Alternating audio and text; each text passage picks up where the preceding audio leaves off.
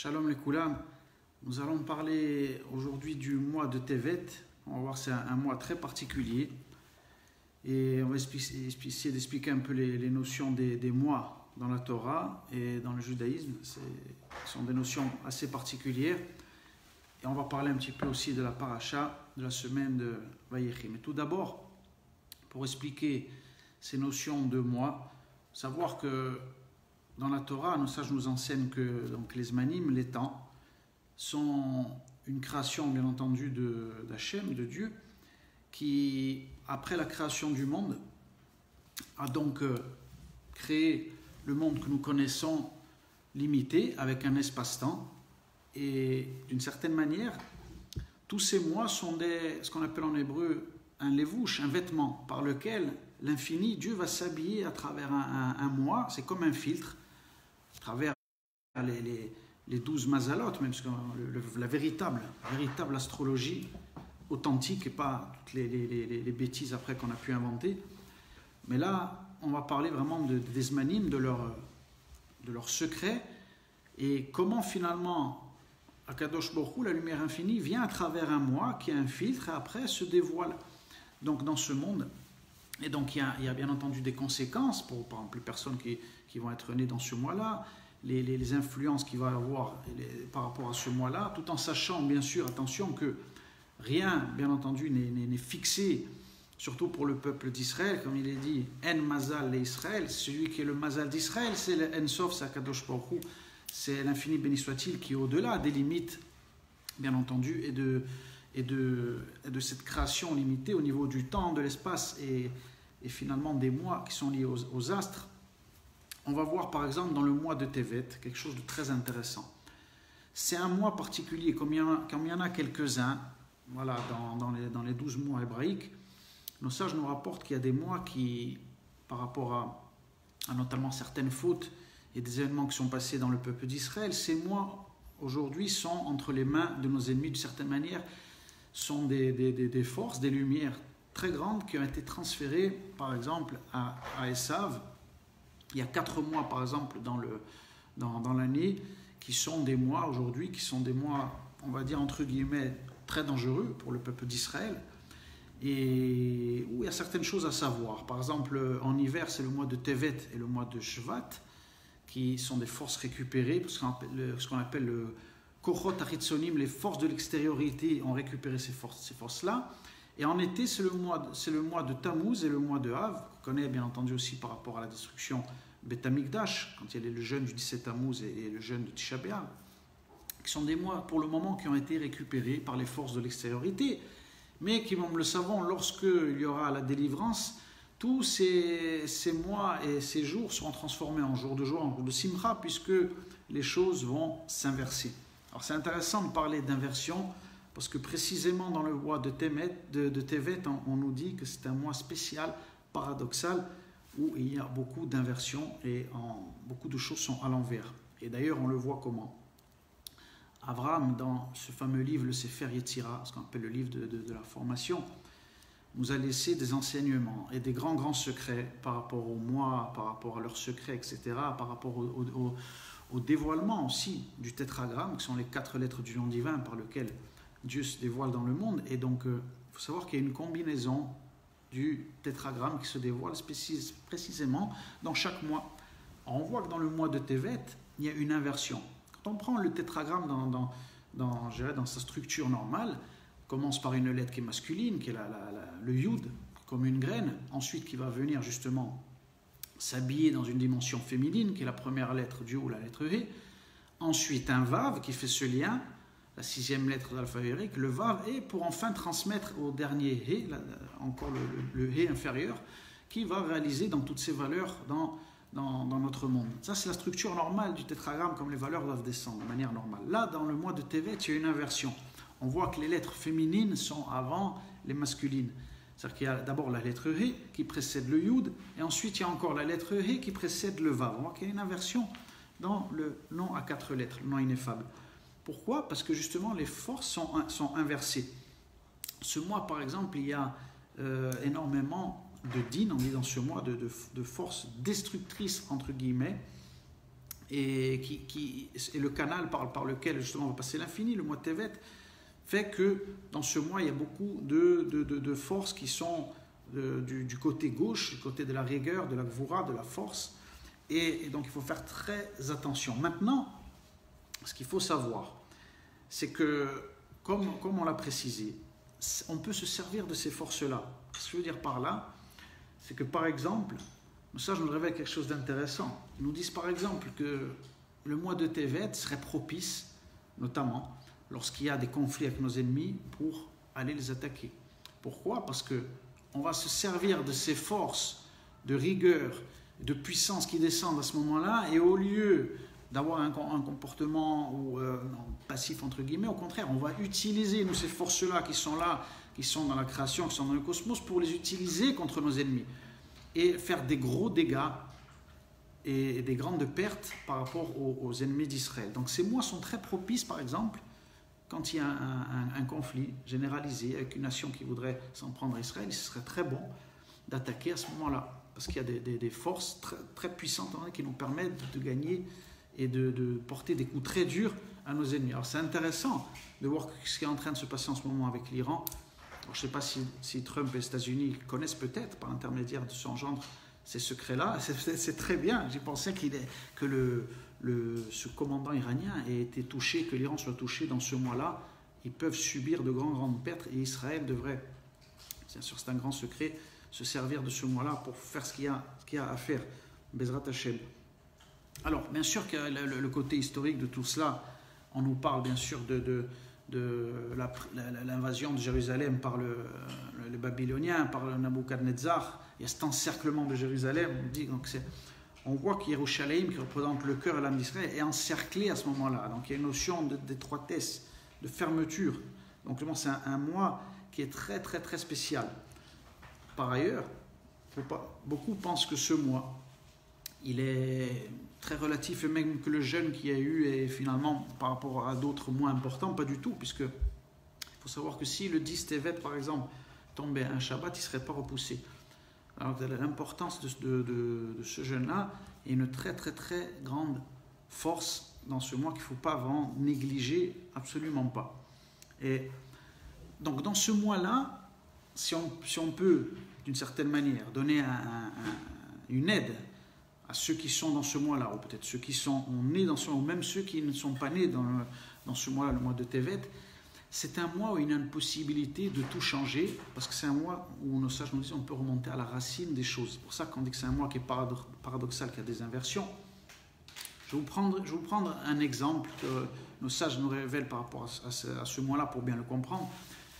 Si on prend une pyramide, par exemple, la forme de la pyramide, c'est quoi? C'est-à-dire qu'au départ, à la pointe, tout est lié, et donc il n'y a pas de différence quand on est en haut de la pyramide.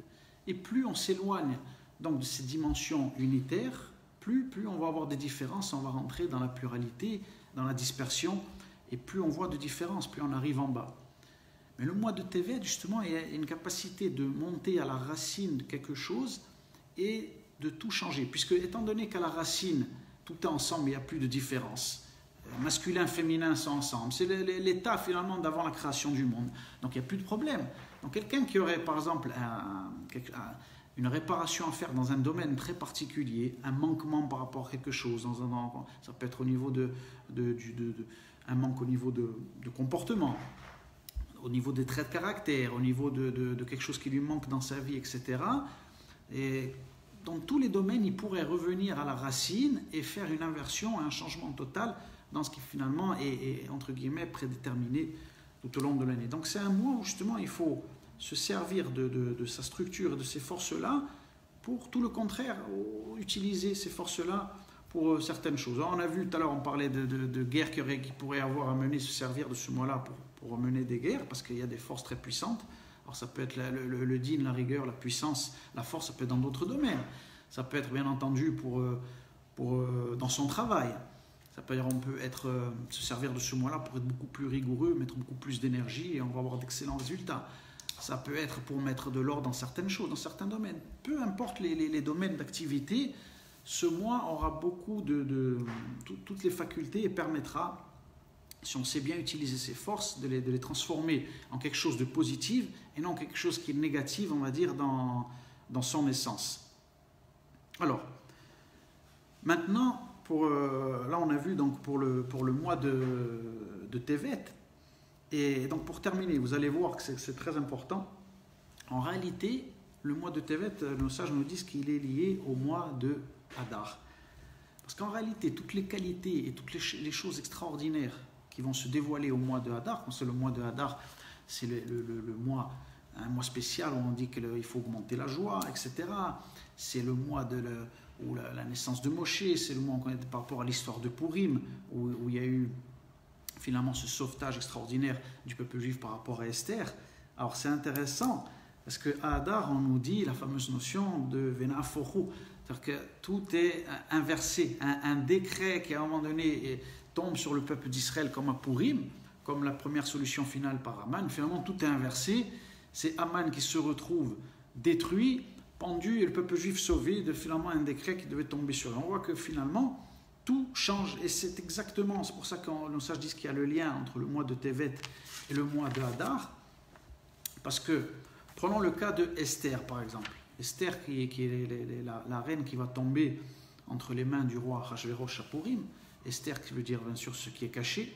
Esther, qu'est-ce que c'est finalement dans le sort, dans l'allusion? Esther fait référence bien sûr à la royauté d'Israël, puisque c'est une femme, elle est féminine. Et donc la royauté d'Israël, la délivrance est enfermée, puisque c'est en exil, en plus c'est en Perse. Donc la dimension messianique d'Israël est tombée entre les mains d'une force extérieure qui est représentée par ce roi Achashverosh. Mais finalement, regardez quand c'est que ça se passe. Quand Esther tombe entre les mains de Achashverosh, ça tombe exactement au moment donné du mois de Tevet. Donc c'est-à-dire que finalement, au mois de Tevet, comme on l'a vu, il y avait des forces comme ça qui ont pris et qui ont caché, ont empêché cette royauté de se dévoiler. Mais finalement, ça existait déjà. Ce n'est pas au moment donné du mois de Hadar que Esther a pu se dévoiler et que le peuple juif a pu avoir cette grande délivrance. Alors, c'était déjà dans le mois de Tevet, mais comme on l'expliquait au niveau de la pyramide, par exemple. On ne le voit pas au départ. Au départ, on ne le voit pas, c'est caché, et ça va enfin se dévoiler au mois de Hadar. Donc finalement, toutes les joies qu'on peut avoir au mois de Hadar et toutes les grandes délivrances peuvent déjà être trouvées dans le mois de Tevet, et c'est pour ça qu'il faut aller les chercher dans chaque racine, chaque chose, parce que se cachent là déjà les futures délivrances de notre peuple et les délivrances individuelles. Alors voilà pour le mois de Tevet. J'espère qu'on a pu déjà, grâce à l'enseignement de nos sages, avoir des compréhensions sur chaque mois. C'est important de rentrer dans les mois, de comprendre chaque fois finalement par quel biais l'infini va se dévoiler, parce qu'on voit que c'est très spécial, chaque mois il y a une particularité. Donc c'était bien de joindre par rapport à la paracha, j'y tenais à joindre aussi quelques secrets sur le mois de Tevet. Maintenant la paracha de Vayechi, qui est incroyable dans la Bible, dans la Torah, et qui va finalement nous annoncer Yaakov dans cette paracha, qui veut annoncer la fameuse date de la délivrance du monde à ses enfants avant de mourir, avant de quitter ce monde. Le patriarche Jacob veut réunir, il rassemble tous ses fils et dit voilà, je vais vous annoncer les jours de la fin. Et là, la Torah nous dit que la présence divine, la Shrina, s'est retirée de lui, elle a empêché de dévoiler la fameuse date. Alors pourquoi? La parenthèse de la question, pourquoi? Qu'est-ce qu'il y avait finalement de si dangereux à dévoiler la fin des temps? Alors là, c'est toute finalement l'essence de la Torah qui est expliquée à travers cet événement-là. C'est que quand Dieu a créé ce monde et surtout qu'il a donné la Torah à Israël et aux nations du monde, quel est le but de la création? Il est de permettre à l'homme de revenir à Dieu, comme on le dit très souvent, par son mérite, par sa dignité, parce qu'il en fait le choix et parce que c'est lui qui parachève la création. Si les choses avaient été données par Yaakov et la date, de suite on devait rendre l'homme passif. Quel intérêt l'homme avait ensuite à aller chercher cette délivrance, à l'amener? Il sait que quelqu'un va venir, à un moment donné, telle date, il va faire le travail. Et ça, on le sait, ça nous rappelle toutes les déviations, malheureusement, des religions.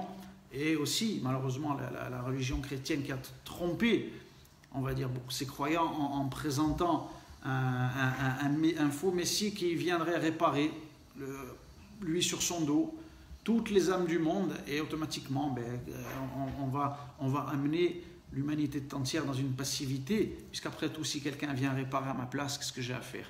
Et donc, le monde, finalement, va tomber dans la prise en charge, une forme de prise en charge spirituelle catastrophique qui va emmener l'homme à finalement ne pas chercher à transformer ce monde, à l'améliorer, à le changer, puisque quelqu'un est venu tout réparer à sa place. Donc c'est ça que la Torah vient nous mettre en garde. Attention, ne perdez jamais de vue que les choses ne jamais sont fixées. Il y a le libre arbitre et c'est à vous. Moi, j'ai donné la potentialité, mais c'est à vous d'amener la délivrance dans ce monde, de la faire pour que, au final, à la fin, vous aurez la dignité, le mérite d'avoir corrigé et arrangé ce monde et non par l'intermédiaire de quelqu'un sans que la personne ait eu un effort à faire ou un travail à faire. Donc, c'est une notion fondamentale dans cette paracha par rapport à la compréhension de la création du monde et le but, la finalité des choses dans cette paracha de Vayechi. Autre passage très impressionnant où on apprend grâce au Zohar et au maître de la Kabbalah quelque chose de très impressionnant, c'est que dans la pensée d'un homme, comme les choses peuvent avoir des répercussions sur des choses inimaginables.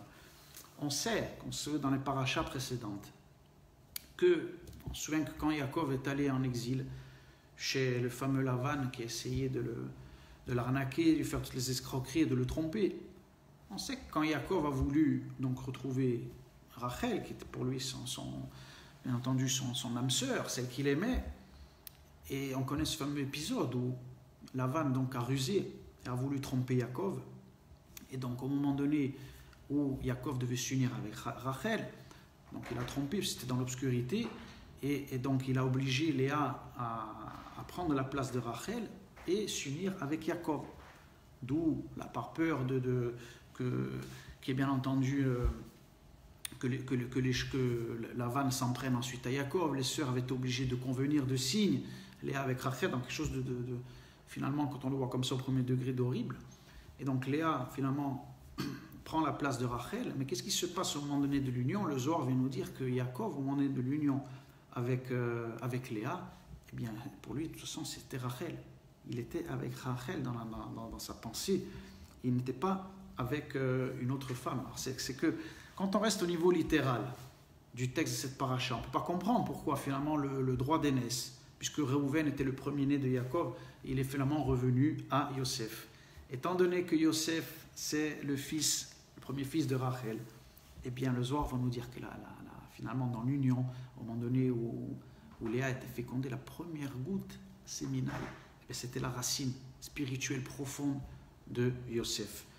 Et c'est pour ça que finalement, bien entendu, les droits de Réhouven sont passés à Yosef, qui a toujours été appelé, on le voit par Yaakov du début jusqu'à la fin, mon fils au commencement. Qu'est-ce que vient nous dire le Zohar? Il nous dit que Yaakov ne voulait pas fauter, que son désir était toujours tourné vers Rachel, quoi qu'il en soit, même après, quand il y a eu quand il y a eu Léa, quand il y a eu les servantes. Et donc c'est pour ça qu'il est bien mentionné, toujours dans le texte, les fils de Yaakov sont au nombre de 12 dans Bereshit, dans la Torah. À l'inverse que, bien entendu, si les fils, comme on dit, avaient eu des engendrements avec des fautes, eh bien, ce n'est pas ce terme-là, ils auraient eu des autres noms, bien évidemment. Et c'est pour cette raison qu'il appelle son fils Yosef du commencement jusqu'à la fin, et qu'il n'y a pas d'autres je dirais, noms qui peuvent être utilisés. Donc c'est très très profond. Et de là, on sait aussi, grâce au Zohar, que pourquoi Réhouven est appelé Réhouven. Réhouven en hébreu, si on prend le nom Réhouven, ça veut dire Réhouven. Voyez un fils, en réalité ça veut dire, si on traduit, voyez un fils en plus. Réhouven, voyez un fils. Pourquoi? Parce que étant donné qu'il s'est passé ce qui s'est passé avec, comme on l'a vu avec l'union entre Yaakov et Léa, et que Yaakov pensait à Rachel, de là, s'il y avait eu une union qui s'était passée différemment, mais bien sûr, Léa aurait appelé alors son fils premier-né Réhoubeni, nous dit le Zohar, mon fils, voyez mon fils. Étant donné qu'il y a cette inversion, qu'il n'est pas appelé Réhoubeni, qu'il est appelé Réhouven seulement, ben ça veut bien dire que la Torah, dans ses secrets, vient nous enseigner que le premier fils de Léa, eh bien, étant donné qu'Yaakov pensait à Rachel au moment donné de l'union, c'était pas finalement comme si c'était son fils qui est sorti, c'était le fils de Rachel déjà. Dans Réhouven, il y avait un secret à travers cela. Alors le Zohar va plus loin, il nous dit que c'est d'une certaine manière parce que Réhouven a été conçu de cette manière, qu'il y avait une écorce sur lui, on dirait, et que peut-être après il y a eu cette inversion, quand il a inversé la couche, une fois que Rachel est partie de ce monde, pour que le texte nous dit, dans beaucoup de commentateurs, qu'il ne voulait pas faire d'une certaine manière honte à sa mère, à Léa, il avait inversé la couche de son père. Mais pourquoi il a fait cet acte-là, qui malgré tout, à ce niveau-là, parce que c'était des tzadikim, des grands justes, on dit qu'il faut quand même, parce que, voilà, il avait en lui, étant donné que l'union s'était passée comme ça, et que normalement ça aurait dû être Yaakov qui s'unit avec Rachel, mais il avait une petite écorce sur lui qui l'a amené par la suite à faire cette faute. Maintenant, pour ce qu'il en est, regardez, pour terminer sur cette paracha, c'est extraordinaire, sur les bénédictions qui vont être données à Yosef et à Yehuda. On avait vu que Yosef et Yehuda, dans les 12 tribus, c'est le dévoilement du messianisme dans le monde. Yosef est la dimension dévoilée et Yehuda est la dimension cachée de l'intériorité. En réalité, on voit qu'il n'y a pas de séparation.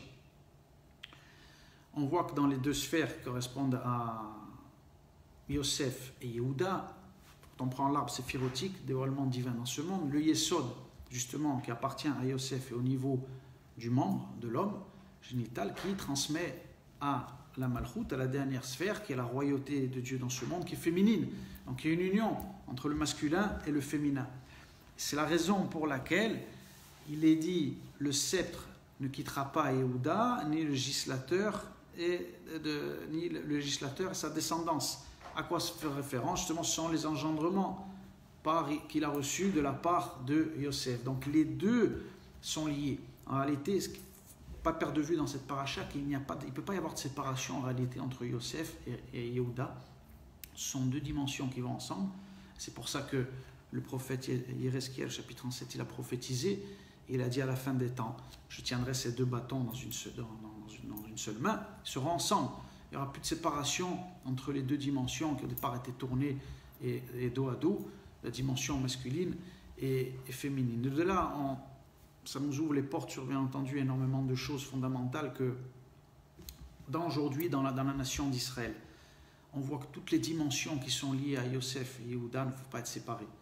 De la même manière, aujourd'hui, dans le peuple, on a besoin de personnes qui étudient la Torah et qui vont transmettre les valeurs. De la même manière, on a besoin des soldats d'Israël qui représentent la dimension dévoilée terrestre. Et on a besoin de cette dimension de l'intériorité qui est Mashiach ben David. Et cette préparation, si on regarde finalement, il ne peut pas avoir de dévoilement de Mashiach ben David, bien entendu, s'il n'y avait pas le dévoilement de Yosef. Et Yosef, c'est tout le dévoilement qu'on a jusqu'à aujourd'hui. Le dévoilement de Yosef, c'est l'entrée en terre d'Israël. C'est le rassemblement, justement, parce que le Yesod, qui est une sphère qui rassemble, on voit toutes. Quand on prend les attributs divins qui sont au-dessus du Yesod, ils sont tous séparés, et finalement ils viennent, tac, se rassembler dans une sphère qui est le Yesod, qui les rassemble toutes, avant de les alimenter dans la dernière qui est féminine. Et c'est ça le rassemblement des exilés, le rassemblement du peuple juif en terre d'Israël, cette dimension dévoilée, qui permet la reconstruction du corps, comme l'a dévoilé le Harizal, la dimension du Mashiach ben Yosef, c'est le dévoilement du corps des choses. Il faut d'abord que le corps soit là pour que l'âme puisse y rentrer. Pour ça que tous les enseignements qu'on peut avoir des religions qui coupent la spiritualité de la matériel sont bien entendu des mensonges, puisque une âme, n'importe laquelle, ne peut se dévoiler et apporter ce qu'elle doit apporter que si elle descend dans un corps, bien évidemment, qui va être le véhicule de cette lumière. Il ne peut pas avoir de séparation entre l'esprit et le corps, entre l'âme et le corps. D'ailleurs, c'est pour ça que le Mashiach est annoncé. Ça veut dire qu'il va arriver sur un âne. Alors, bien sûr, on va prendre le texte au sens littéral. On ne va pas penser que le Messie va arriver sur un âne comme sur un cheval. Ce n'est pas de ça que la Torah parle. Quand on prend le Mashiach, on dit qu'il va arriver sur un âne. En hébreu, l'âne se dit Chamor. Chamor, c'est la même racine que le mot Chomer, la matérialité. La Torah vient nous enseigner que le Mashiach va justement être celui qui va arriver, qui va chevaucher la matière. C'est-à-dire que le Mashiach ben David va être celui qui va s'asseoir sur la nation d'Israël, forte et puissante comme on la connaît aujourd'hui, avec son économie puissante, avec son armée, etc., qui ne cesse de progresser et d'innover dans tous les domaines, eh bien, lui va chevaucher tout ça et il va emmener les valeurs divines par-dessus. Et ça va être de là, bien entendu, puisque comme ça sera réussi et Israël, c'est le microcosme de tout, eh bien, l'humanité entière va ensuite s'inspirer, va vouloir prendre ce modèle et ça va emmener la rédemption sur l'humanité entière. Que l'Éternel nous aide, qu'Akadosh Baruch Hu nous aide à joindre toujours les deux dimensions de notre vie, à jamais séparer la spiritualité de la matière. Et à toutes et à tous, à très très bientôt. Shabbat Shalom et à la semaine prochaine.